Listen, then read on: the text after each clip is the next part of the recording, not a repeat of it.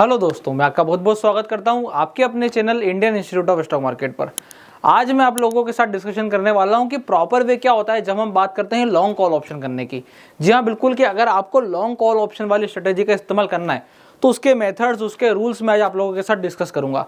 और सबसे इंपॉर्टेंट बात ही कब लगाई जाती है। तो देखिए, आपको अगर लॉन्ग कॉल प्ले करना है, लॉन्ग कॉल मतलब क्या है कि कोई एक स्पेसिफिक स्टॉक है और मुझे दिख रहा है कि वो स्टॉक ऊपर को जाने वाला है, तो मैं वहां पे क्या कर रहा हूं, ओनली लॉन्ग कॉल का इस्तेमाल कर रहा हूं। अब लॉन्ग कॉल लगभग अलग अलग तरीके से प्ले करते हैं। इसमें क्या क्या साइकोलॉजिकल एस्पेक्ट होते हैं पहले आप ये समझ लो, फिर मैं आपको पूरी मेथड बताता हूं। देखिए, अलग अलग तरीके से मतलब मैं एक व्यक्ति को जानता हूं, वो कैसे काम करते हैं, उनके काम करने का तरीका बताता हूं। सपोज एग्जांपल के तौर पर टाटा मोटर अपना जो है अभियान चल रहा है लगभग 970। अभी किसी को दिखाई दिया कि वो 1000 रुपए के ऊपर जाने वाला है, तो यहाँ पे बेसिक मेथड क्या आ जाएगी कि वो कैसे काम करेंगे वो देखना। वो 1000 रुपए की सी अगर इस वाले महीने की भी 15 तारीख पार हो चुकी है, 20 तारीख पार हो चुकी है, तो बहुत दूर का मोमेंटम नहीं बचा एक्सपायरी आने में। ये बिल्कुल क्लियर बात है। अगर 26 सितंबर की एक्सपायरी है, आज 22 तारीख हो चुकी है, तो 26 सितंबर के ऑप्शंस में ट्रेड करने का कोई चांस नहीं बनता है। अगर ऐसा सिनेरियो आ जाता है कि यहाँ पे इस वाले एक्सपायरी में ट्रेड करने का कोई चांस नहीं बनता है, तो अब सामने वाला कौन से एक्सपायरी में ट्रेड करेगा, वो जाएगा नेक्स्ट मंथ में। तो नेक्स्ट मंथ की अगर हम एक्सपायरी की बात करेंगे तो वहां पे वो करेंगे पोजिशनल बिल्ड कि वो 1000 रुपए की सी बाय करेंगे, फिर उसमें और लॉट ऐड करेंगे। पहले क्या करेंगे, वो अगर नेक्स्ट मंथ में 1000 रुपए की सी कितनी चल रही होगी, अपन एक अंदाजा लगा के चलते हैं कि ये लगभग 30 से लगा करके 35 रुपीज के बीच में चल रही होगी। कुछ भी रेट हो सकता है डिपेंडिंग अपॉन द आईवी। तो अभी सबसे पहले वो एक लॉट खरीदेंगे। उनका नियम है, नियम क्या है मैं बता रहा हूं। 970 पे 1000 के पार टाटा मोटर जाता दिख रहा है, तो मेरे को ज्यादा से ज्यादा मैक्सिमम जो मैंने अपना क्राइटेरिया बनाया है वो 3 लॉट का बनाया है कि मैं मैक्सिमम एक ऑप्शन पे 3 लॉट खरीदूंगा। अब 3 लॉट ऐसा नहीं है कि मेरे को अंदाजा दिखाई दे रहा है इसलिए बाय करना है, नहीं, परसेंटेज वाइज नियम सेट करना पड़ेगा। पहला लॉट आप खरीदोगे 25% ऑप्शन नीचे टूट जाने पर, मतलब पहले लॉट से दूसरे लॉट का जो बीच का अंतर आएगा वो 25% टूटने पर आएगा। आपने क्या करा, पहला लॉट यहाँ पे 30 से 35 रुपए के बीच में ले लिया। एग्जांपल के तौर पे अपन लेके चलते हैं, आपने इसको 32 रुपीज पर परचेस कर दिया। अब 32 रुपीज से जब ऑप्शन 25 से 30% टूट जाएगा, मतलब 25% से ज्यादा टूट जाएगा, मैं तभी अगला लॉट ऐड करूंगा, वो भी मुझे टेक्निकल पर टर्न अराउंड दिखेगा। तो ये 2 कंडीशन है। ऐसा नहीं है कि अगर वो 32 का 28 हो जाएगा तो मैं बाय करने पहुंच जाऊंगा, नहीं। 32 पे उसके पास 8 पार्ट है, यानी कि जब वो 32 से 8 रुपए से घटेगा, मतलब जब वो 24 रुपए या फिर उससे नीचे चला जाएगा, तो मैं यहां पर अगला बाइंग करने के लिए रेडी हूं। अब 24 रुपए पे जाकर के जब अगला बाय होगा, तो वहां पे 24 रुपए आते साथ ही बाय नहीं होगा। 24 रुपए आने के बाद अगर घूम के टर्न अराउंड दिखता है और 24 रुपए से पहले ही पलट गया तो कोई बाय नहीं होगा। जब प्राइस 24 के नीचे चली जाएगी और नीचे से पलट करके अगर टर्न अराउंड दिखेगा, एग्जांपल के तौर पे यहाँ पे 32 की वो 24 पहुंची और 24 से पलट के ऊपर चली गई, नो ट्रेड। आपका जो भी ट्रेड खड़ा है वो 32 पे ही खड़ा है। अब देखना आगे क्या हुआ, प्राइस 32 से नीचे गिरी वो 20 तक गई और 20 से टर्न अराउंड करके वापस से वो ऊपर की तरफ मूव करी। क्या कंडीशन बनी, फिर से सुनना। प्राइस 32 से 20 तक गई और 20 तक जाने के बाद वहां पे नीचे से टर्न अराउंड करके वो ऊपर की तरफ घूमी। तो जब वो नीचे से टर्न अराउंड करके ऊपर की तरफ घूमी, तो वहां पर अब वो 24 के पहले बाय करेगा। तो यहां पर एक कंडीशन आ जाएगी कि अब मेरे पास 2 लॉट हो गए। बोले नेक्स्ट लॉट मेरा ऐड होगा ठीक इसी प्रकार से 12 रुपए के नीचे। तो ऐसे करके अगर मैं 3 लॉट ऐड करूंगा तो यहां पर मैं पोजिशनल बिल्डिंग कर रहा हूं ऑप्शन, जिससे कि मैं स्टॉक में ट्रेड करता। अब इसका एक ड्रॉबैक पॉइंट है, यहाँ पे पहली चीज कोई स्टॉप लॉस नहीं है। दूसरा कि अगर ऑप्शन नहीं चला तो ये क्या होगा, 0 भी एक्सपायर हो सकता है और मेरे को तीनों लॉट के साथ बहुत बड़ा नुकसान हो सकता है। ऐसी कंडीशन बनेगी। ऐसे में अगर मैं आपसे बोलूं कि आप जाकर के रोल ओवर करना हो नेक्स्ट वीक, फिर से इतना बड़ा ऑप्शन फिर से खरीदना, तो वो पॉसिबल नहीं होता है, क्योंकि यहीं पे आपको कम से कम 30-1000 रुपए से ऊपर का नुकसान होगा। तो ऐसा लॉस लेने का कोई पॉइंट नहीं बनता है। तो बोले दूसरा तरीका क्या है, दूसरा तरीका यह है कि हम यहाँ पर दूसरे प्रकार से ऑप्शन बाइंग जब करते हैं तब हम ये बोलते हैं कि हम यहाँ पे टेक्निकल एनालिसिस पे अपने लिए मजबूती लेकर के आते हैं, और जब प्राइस में सडन मूवमेंट होने की स्थिति दिखाई देती है तभी हम एंट्री करते हैं। और जिस भी स्टॉक के ऑप्शन बाइंग करते हैं हम एनालिसिस स्टॉक का नहीं करते हैं, बोले फिर सेक्टर का करते हैं।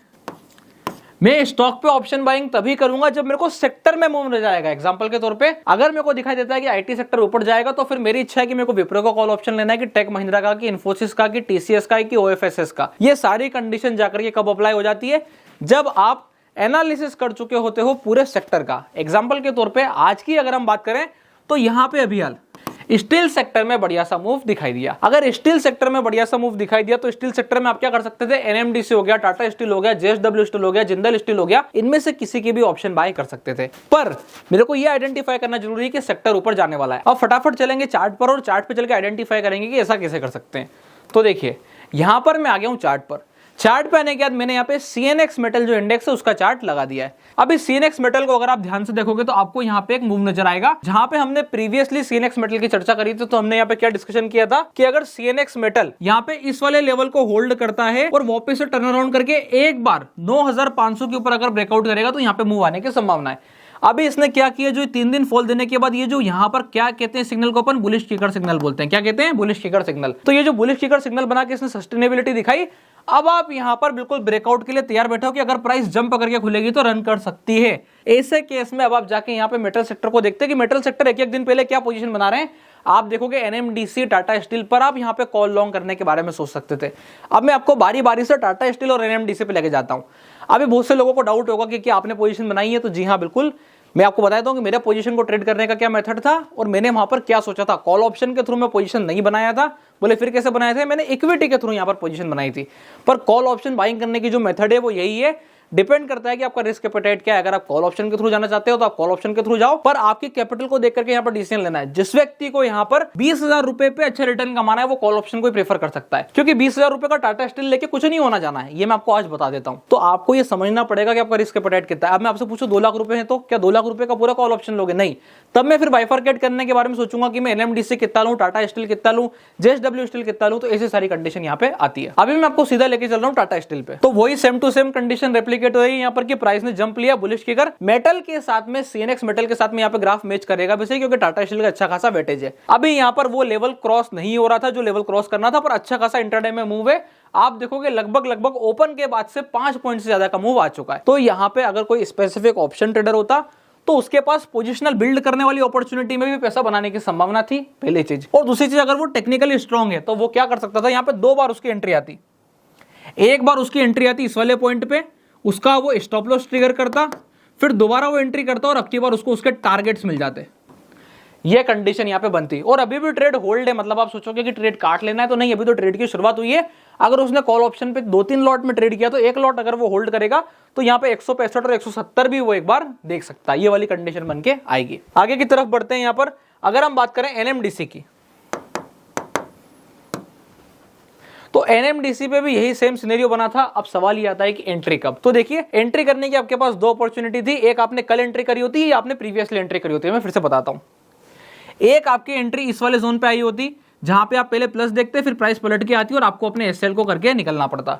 दूसरी बार फिर आप जब कल मार्केट वापस से रिट्रेस किया था, क्योंकि आप बुलिश मूव पहले से एक्सपेक्ट कर रहे थे, इसलिए यहां पर तेजी करने के बारे में सोच रहे थे। तो जब मैं ऐसे सेक्टर के मूवमेंट को पकड़ पाऊंगा तो ही मैं कॉल ले पाऊंगा। हर समय जाकर के अगर मैं ट्रेड करने की कोशिश करूंगा तो मैं नुकसान करूंगा। जैसे एग्जांपल के तौर पे, अगर आप यहां कहीं जाते लॉस, यहां कहीं जाते लॉस, यहां कहीं जाते लॉस, तो आप कंटिन्यूअस लॉस ट्रिगर कर रहे हो। तो आपको सेक्टर को आइडेंटिफाई करना बहुत ज्यादा जरूरी है। आपने अगर सेक्टर स्पेसिफिक होकर सही एनालिसिस कर लिया तो आप मार्केट में बड़ी रैली कैच करने के साथ साथ ऑप्शंस में पैसा जनरेट कर पाओगे। एग्जांपल के तौर पे थोड़ा सा प्रीवियस डाटा पे चलते हैं। तो आज की बात हो गई। मैं अगर आप लोगों को विप्रो के चार्ट पे ले आऊं तो आप लोगों ने ये वाली तेजी और ये वाली तेजी नोटिस करी होगी। तो यहाँ पे ये जो बुलिश शिखर बना था, ये सेम टू सेम बुलिश शिखर बना था। ये इंडिकेट कर रहा था कि देखो कल के लिए एक बढ़िया सा मूव आ सकता है।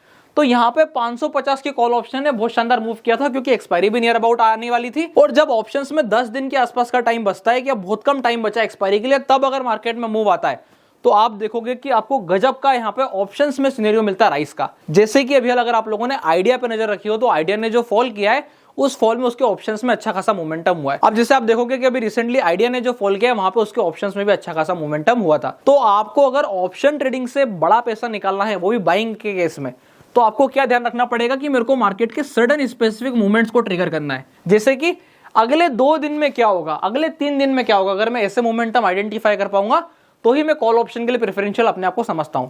पर अगर आप लोग ऐसा आइडेंटिफाई नहीं कर पाते हैं, आपको लगता है कि मुझे और भी ज्यादा प्रैक्टिस की जरूरत है, तो इसकी प्रैक्टिस करेंगे कैसे, मैं आपको वो बताता हूं। जैसे आज यहां पर इस जगह बेस फॉर्मेशन होने के बाद विप्रो ने ऊपर का मूव लिया है। अब मुझे ये टेस्ट करना है कि मैं कितना प्रेफरेंशियल मूव लगता है अगर मैं ऑप्शन लेता तो मुझे क्या करना है, अपनी वॉच लिस्ट में उस ऑप्शन को ऐड कर लेना है जिसको मैं बाय करता, और उसको वॉच करना है। पर कैसे, असली पोजीशन के साथ। अब असली पोजीशन कैसे लूंगा, आप जितने का ऑप्शन वहां पे बाय करते हैं, सपोज आप 10 रुपए का ऑप्शन बाय करते हैं, 1500 का लॉट साइज है, तो कितने रुपए लगाते, बोले 15,000 लगाते, बोले हाँ लगाते। तो वही 15,000 रुपए आप अभी क्या करो, विप्रो में इन्वेस्ट कर दो और देखो कि विप्रो कैसा मूव कर रहा है। जहां तक विप्रो मूव कर रहा है उसके हिसाब से समझना। अब एक और चीज का मैं आप लोगों को यहाँ पर रिप्लाई दे देता हूँ। इस 15,000 रुपए से यहाँ विप्रो खरीदने पे आपको बहुत नॉमिनल सा प्रॉफिट बनेगा, पर वही 15,000 रुपए का ऑप्शन खरीदने पे आप ज्यादा प्रॉफिट बनाओगे, कंसिडरिंग आपका रिस्क भी बढ़ जाएगा।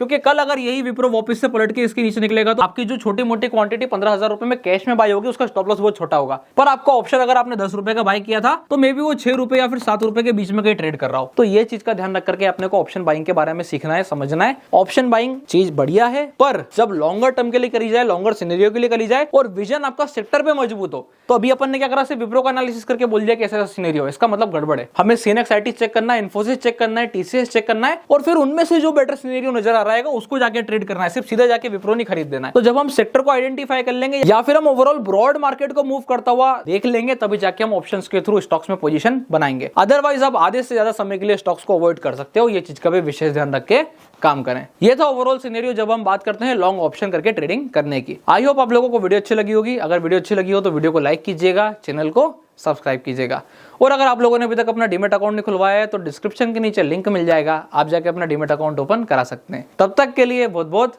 धन्यवाद।